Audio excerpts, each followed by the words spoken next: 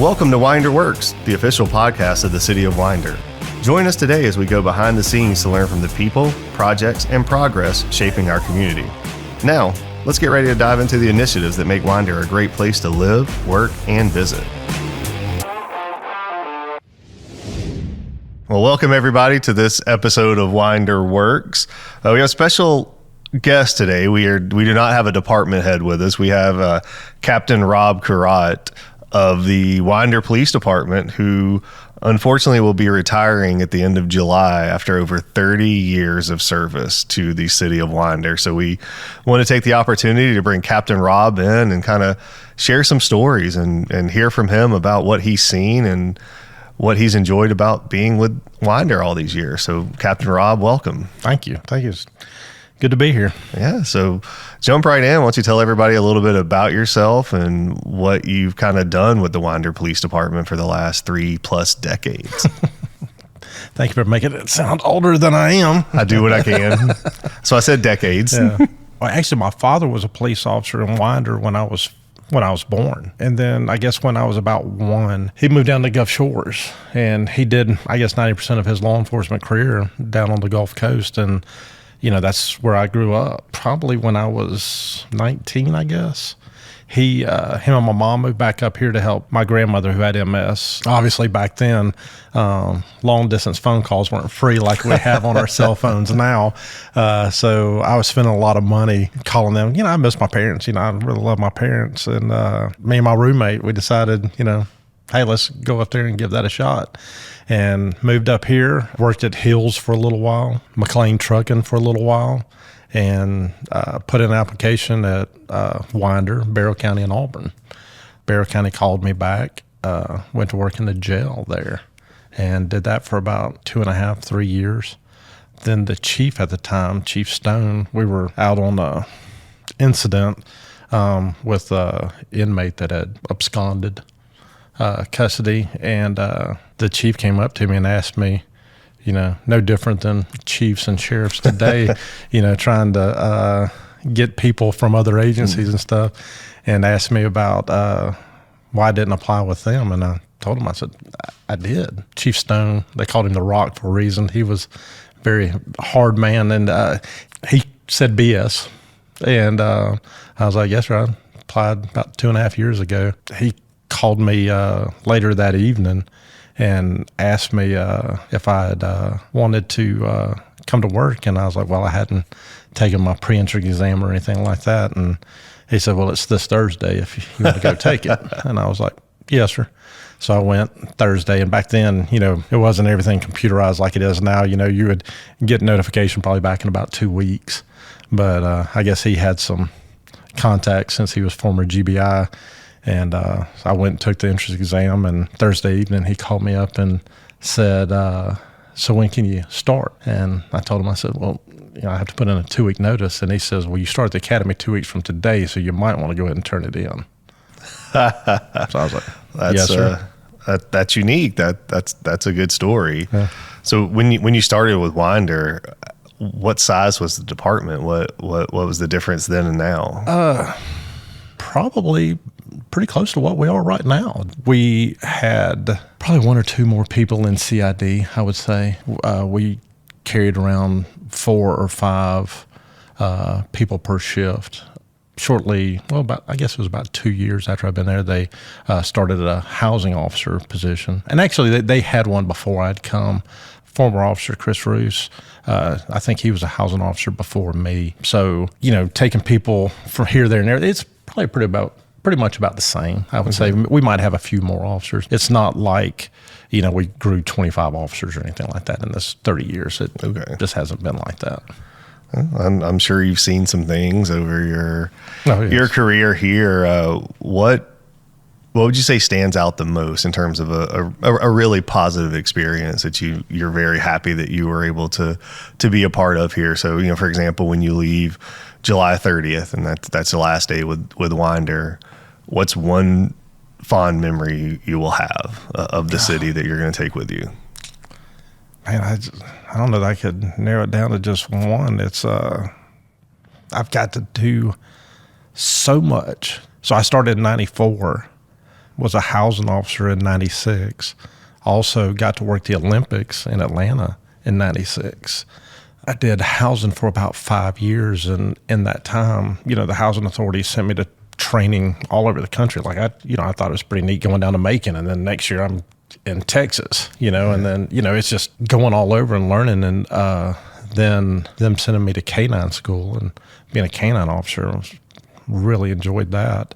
Working patrol. Of course, I did most of my career on the road on nights.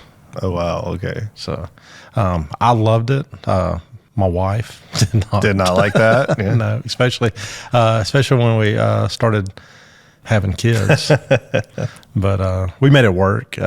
But working, patrol, housing, canine, working CID, just opportunities to grow. And I don't think I would ever survive in a job in a manufacturing where you just conveyor goes and you just keep putting that one thing on the next, because every day is just so different. It's funny, I tell people, because my dad, he worked for the sheriff's office, and he was over what they call the heat unit, or not heat unit, it was a star unit, I think, back then.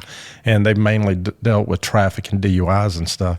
So I came over to Winder, and I was like, man, I said, I'm going to be like I made it now. Oh, I'm going to be that traffic guy. I'm going to be DUIs.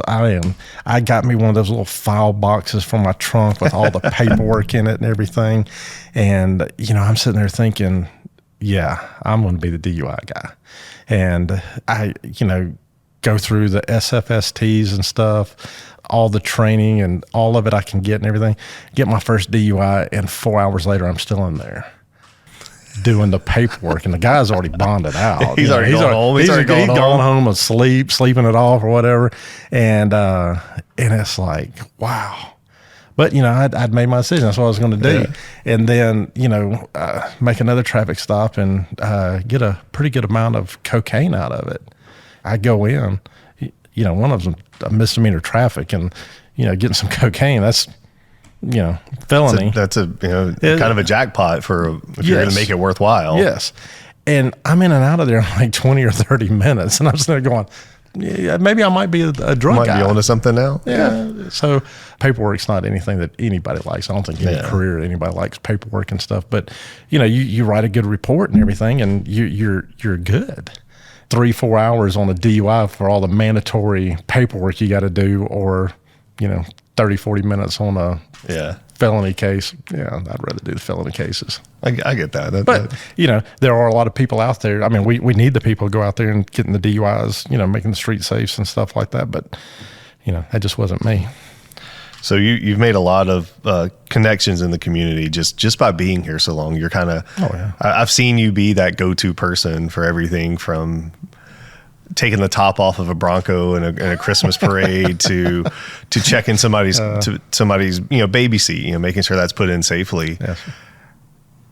How does that make you feel being that person, and what's that going to mean when you're not here anymore? I don't think there's ever been a day that I haven't felt appreciated in my job. I don't know. I hope my leaving is going to help the department, from the new officers that are coming in today all the way up, for advancement and stuff, because I've been holding this position for a while, so you really can't advance because that person is up there ahead of you. And there's lieutenants and sergeants and, corporals that have been there for years and stuff, and they've hit that ceiling until that ceiling's moved, and then, then they can go up. And of course, I went through the same thing over the years. It's a cycle. It happens every so many years, but, and it's probably going to be somebody who grew up here, something like that, local, somebody locally, steps up, Yeah. So that being said, and I don't think we asked, so how long have you been in your current role as captain? As a captain, yeah. As a captain, I can't remember what my promotion date was, but I did the same job as a lieutenant. Okay. But, through the years, I remember when I first started, we had, like a assistant shift supervisor was a corporal, and the shift supervisor was a sergeant, very similar to the way it is now. And then we had a captain. We had an assistant chief throughout the different divisions and stuff. Then at one time, it went to the shift supervisor was a lieutenant. The assistant was a sergeant. And then we had like captain, major, assistant chief.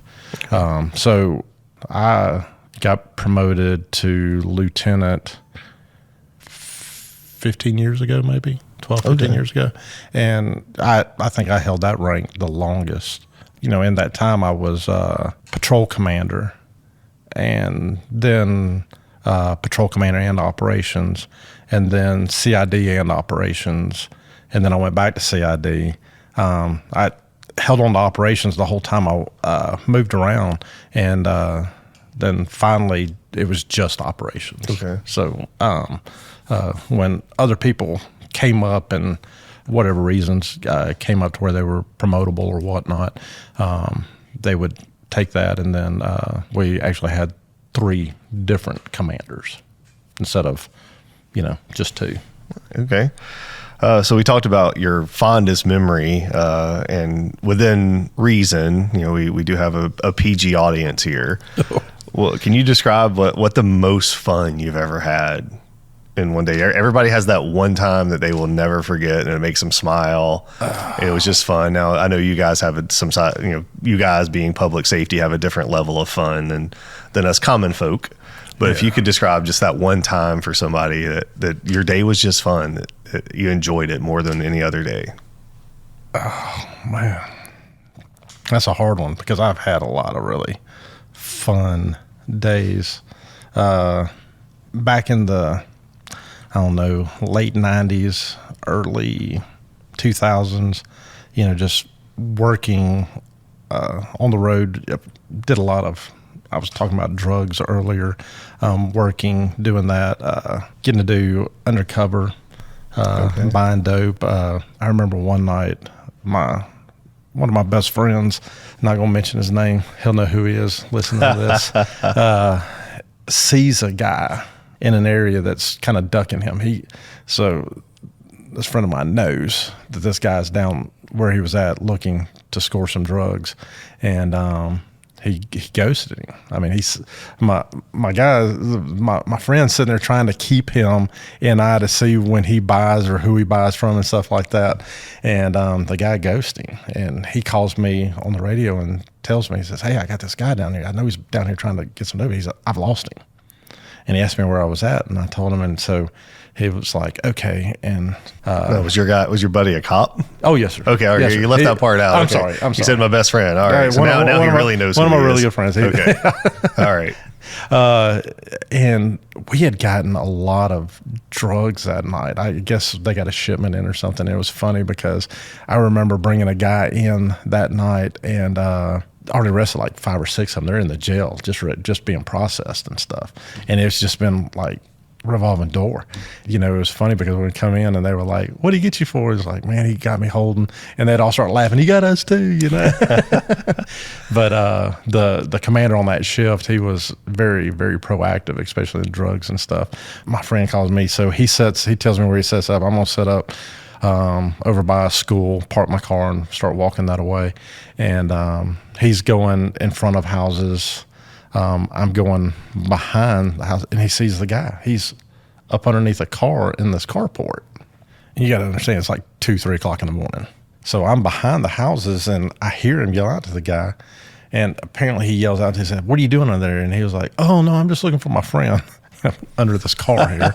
And so he's like, "Let me see your hands." And the guy's getting up, and he's like walking, like backing away from him.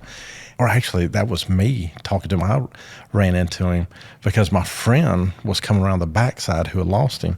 And the guy, he's like doing one of those backing up and stuff. And as soon as I said, "Don't run," he takes off. Just takes off running. And my friend, my partner, he was coming around the corner right as the guy takes off and runs right by me. Just like my partner, he's just like swinging. He just sees somebody jump out at him. And we end up getting to a foot chase with him and everything. So we're running around these houses, and we call out that we're in a foot chase, and we're coming around, and all of a sudden I'm right behind this guy, and I hear the distinct sound of a Crown Vic, like, but I don't see it. Well, the corporal was in a black Crown Vic, and he's punching it. He sees us. He's blacked out, and he's coming, and he like jumps up into this front yard and everything, and the guy like does like a Starsky and Hutch across the hood of the car, just slides across. Just slides. It. And I'm trying to stay with him and everything, so I run around the backside of the patrol car. Was about the same time because the guy went by him, so he throws it in reverse. Well, I'm now behind this car. So is that before they had backup cameras, right? Way before then. So I roll up on the car, hit my feet, and keep on going. We run him down the street and everything, and I catch him.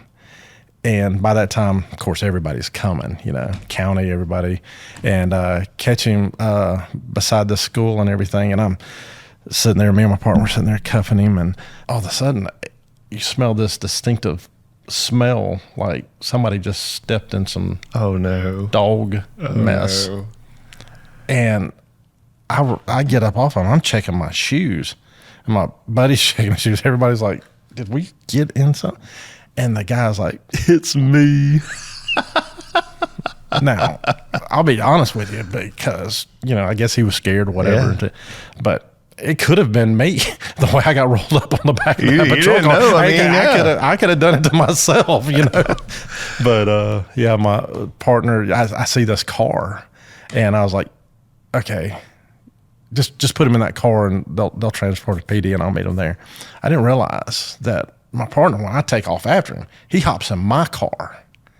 That was my car. He just this gets better and better. He puts him in the back of my car. How long did that smell stay in there? Oh my gosh! Back then we didn't have those molded seats like we can now, to where you can like spray them out and everything. Pressure wash them out. No, it was those vinyl seats, and it's stuck in there and everything. But I'm sitting there, and of course everybody's giggling like, "Ooh, the car!" And I was like, and they were like, "Hey, that's your car." And I was like, "What?" And I was like, "Oh crap!" So me and my partner, he hops, or he's like, I'm walking back to my car. I said, "Hop in, I'll give you a ride." And they were like, "No." I said, "Come on, man, just get." And he had a very weak stomach, my partner, and he gets in the car and the smell, and he just opens the door and starts throwing up. And I'm going to tell you, it was bad. It made me hurl too. So we're both outside the car because the smell was so bad. Well, did the guy ever find his friend? No. He didn't find his friend? No. Not that night anyway. So I don't even know how to transition from here to any other question. That was a good one. That was a really good one. If you had to give someone a piece of advice, something you've learned in law enforcement, and I know this isn't the end of your journey, it's just the end of your time with Winder. What piece of advice would you give them? I sometimes think probably about midway through my career, I was just down. Probably because I didn't get a promotion or something like that. Me and the guy that I used to work dope with, we started our own business, and we were thinking about getting out of it just completely. And it was probably the fact that I didn't get the promotion was only part of it, because there was a lot of just differences in thoughts between. This new chief came in, and the chief decides which direction you're going. Yeah. And we were sitting there thinking, that's not the direction. We think that, and at the end of the day, it's his department. Yeah. And that chief was only there for a short time, and then left, and then everything got better. I would say, policy wise, department wise, morale wise, and stuff. But probably the advice I'd give is, try to outlast them. It might, it's not always going to be that way. You'll work with probably some of the greatest people and you might work with some people that, you know, aren't so great, that are in command. But, you know, you can learn from either one of them. Yeah, I can tell you, I've probably learned more of what not to do by watching people than, you know, than that, and that helps. So I haven't asked you this question. What's the strangest call you've ever had to respond to? Because I know a lot of them, like, hey, you're like, hey, DUIs are DUIs, and burglaries are this, and these are standard. But what's the strangest one? You know, what would show up on World's Dumbest or something like that? Well, I actually got my partner, he was my FTO, actually put me in for one. It was that show, World's Dumbest or something. World's Dumbest Criminals? Yes. Oh, wow. Apparently I didn't get picked, but there is a church in town. It's at an intersection, and they were completely remodeling it. And, you know, we're doing our business checks at night and stuff, and I'm going around the church and everything, got my alley light on, sitting there looking, and I see, you know, these brand new doors, double doors, and I see, you know, distinctive pry marks, like somebody's been trying to get in. I knew they were brand new doors because I saw earlier in the day them hanging said doors. Right. And so I stop and get out and everything, call it out over the radio. My partner, he comes by there. I mean, these were solid oak doors, and it looked like they had spent a good 30 minutes prying with a crowbar trying to get into this thing. And the people who hung, you know, we called for the key holder and everything, but before the key holder gets there, actually before we called them to let them know the damage and just to check inside and make sure nothing was damaged, they had hung the doors backwards. So the doors were locked, but the lock was on the outside, and these people, whoever it was, had spent 30 minutes trying to pry a door open. Could have just pulled it open? That they turned the little latch and they could open it themselves. And I guess it was so late that the workers were working. They were like, "Oh, it'll be safe. We'll fix it tomorrow. Yeah, we'll turn them around tomorrow." Yeah. Yes. I think that should have made the show. That should have been. That's what my partner said too. But you know, I've had calls, people finding like a snake in their house, like a python. They just randomly found a python. Actually, in it their wasn't house. my call. Actually, it was my FTO, and later became the guy I worked undercover narcotics with and stuff. It was his call, and the dispatcher thought it was funny dispatching him to the call because he does not Didn't care for the snakes. No, sir. Okay. If you want there to be a firearms discharge, that's who you would send to the call. So I started headed that away and everything, and I don't think he ever showed up. As a matter of fact, I know he didn't because he wouldn't. But apparently it was somebody's pet python, and it got, you know, and it was like apartment style houses, and somehow or another it got into this other house, got a possum that was up in the curtains of a house. And of course I get a call about the possum. I'm like, it's probably a cat or something. Get it. It was a possum. It was really a possum, huh? Yes, sir. No, I'm going to go back to the snake. Did you get the snake out of the house? Yes, sir. So see that, there you go. You dog catcher, so to speak, you know. I was training a guy, and I'm going up North Broad Street, and it was pretty, you know, back then we had, you know, more stuff on North Broad Street. We had a game room up on North Broad Street. Of course, we had the little pizzeria.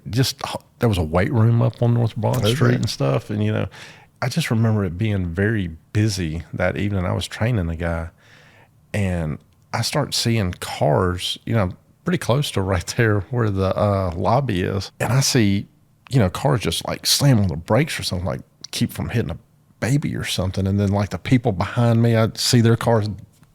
I'm looking, I was like, what is it? And all of a sudden I see something crossing behind my car, and I couldn't make out what it was.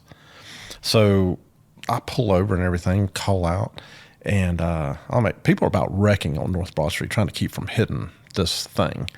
And so I get out and everything, and it goes in where the pharmacy, you know, it has like the little indention right there. Yeah. And the way the doors went in, and I go in, there's this, I don't know, it looked like a beaver. It was the size of a beaver, but it didn't have a flat tail. It had like a long, thin, like a rat-like tail or a possum-like tail. But it was big. And my best friend, who later became chief, he comes up, and the three of us are sitting there.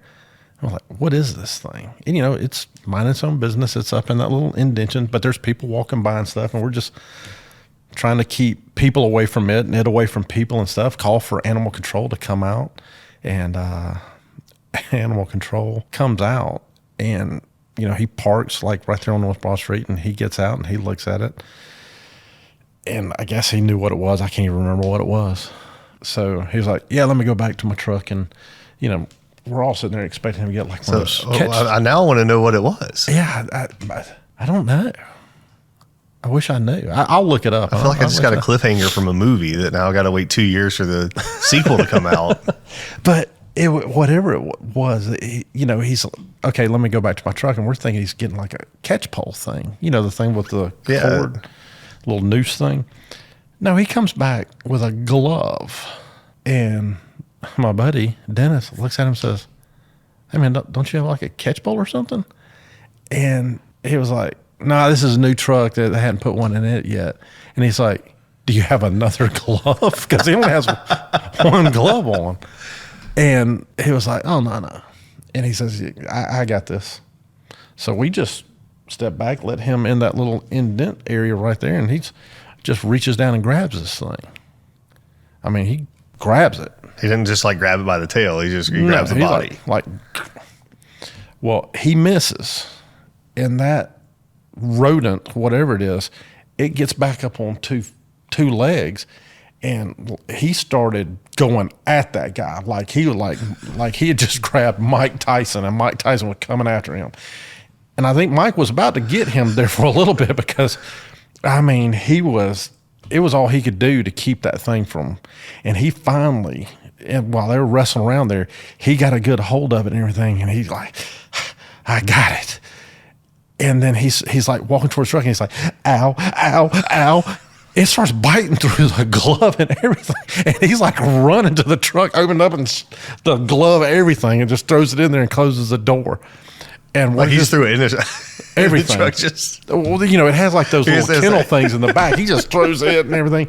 And like it went through like that welding glove thing that he had on, and we're all sitting there, and he just hops in his truck and we're all just sitting there looking at each other like. Was there a crowd of people watching this too? I mean, there was a passerbys and everything, but just the three of us, we're just sitting there looking at each other. Did this just happen? And later we just had to laugh. Did he want to get like a garbage bag to put it in and poke a hole or something? A pillowcase, something. But man, I'm gonna tell you, that sucker started biting through. Like, ow, ow. He couldn't get in that truck quick enough to get it off of him. That's more than I want to grab with a glove. I mean, maybe I would have grabbed it with a shovel. Nobody have a shovel? You can just catch pole. That's why they make those things. Well, I mean, as an officer, what's the first thing you make sure you have before you get in your car? Oh, my equipment. Yeah. Doesn't matter what car you're getting in, right? No. It doesn't matter what car you're getting in. It's got gas in it. It's got brakes. That's brakes first, gas later. I mean, doesn't matter what vehicle you're in. The equipment's the same. Yeah. Actually, I remember had an officer we worked with, and he was the last Boy Scout. He was my first corporal, but I mean, he always had everything. He was prepared. Huh? Man, I'm gonna tell you, it didn't matter. He was gonna be prepared for it. I remember we were chasing a fox that was like in the neighborhoods just off of North Broad Street, and he had like this huge, I call it a big butterfly net, but it was actually like some big deep sea fishing net thing. And we're sitting there trying to catch this fox. I don't think it was rabbit. I just think it maybe got bumped in the head or something like that, because he wasn't, aggressive towards us. But we're out there, and he had it in the trunk of his car. I'm like, who carries this in the trunk of the car? As I'm a relative, kind of newbie to the Winder area, but I've listened to that infamous podcast in the Red Clay that dealt with some of the previous run-ins with law enforcement throughout Barrow County and specifically the city of Winder. Do you have anything to share? Are you familiar with that story, or would you like to share anything that you know about that? I know people have kind of glamorized Winder. That's what people know about it. So, what is true and what isn't true? Yeah, my dad was a police officer here. There was some conversations between my dad and Billy Burt during court when he was being sentenced and stuff. It was pretty neat. That's in the podcast? I don't know. I'd heard the story of it, but, myth, legend, stories and stuff like that, I'd heard. And I didn't realize it was true until I think it was my first conversation with Buddy Oots. Okay, the old mayor. The old mayor. He came and thanked me for taking the housing authority job. He just thanking me for doing it. And, Buddy was a super nice guy. And he sat there and told me, he says, yeah. He said, I remember that time in court when your dad, apparently, like during court, there was Judge Donahue in the trial, and Dad, he didn't want to come up to court. Didn't want to dress out and come up to court. So, of course, my dad put him in clothes. He couldn't go up and, couldn't go up in his orange. Yeah. I don't even know if they had it. Might not have been orange back then. Yeah. Could have been like traditional black and white stripes, from back in the day. I don't know. But put him in like some bib overalls and took him up to court. And apparently he wasn't happy about it and everything. And I guess at some point he had asked, if he could speak, and Judge Donahue told him that he could. And he told my dad right there in court, he said something to the effect that, you and everybody in your family are dead. So, of course, it's probably like the Wild West here back then, But you got to understand, this wasn't that long ago, though. I mean, in the big scheme of things, this was, 40 years ago, 50 years ago? 50 years ago. Yeah. 51, 52 years ago, yeah. And apparently from what Mayor Oots said, that Mayor Oots was the foreman on that trial. It was jury foreman. It was jury. Okay. And I guess my dad asked if he could say something. And he said, I don't see why not. Go ahead. And Dad looked over and told him, said, if lightning strikes my house and I don't see which way it comes from, I'm coming for you. That does sound like the Wild West. Yeah. As we wrap up here, and we know that law enforcement is different now than it was 30 years ago with technology and the way that people get their information. How would you encourage people to interact with law enforcement to make sure that, the ultimate goal is for safety? Oh, absolutely. And no matter what else happens in the environment, no matter what else happens in the world, you guys are here to protect people. How would you want to interact with the public and the public to interact with law enforcement if you had an ideal world? Just not judge us by, very few, bad apples, I guess you'd say. Yeah. Very, very few. You don't listen to the news and hear about a doctor doing these assisted suicides, and that's against your belief and stuff, and you go to your doctor the next day and treat him the same as what you think about that doctor.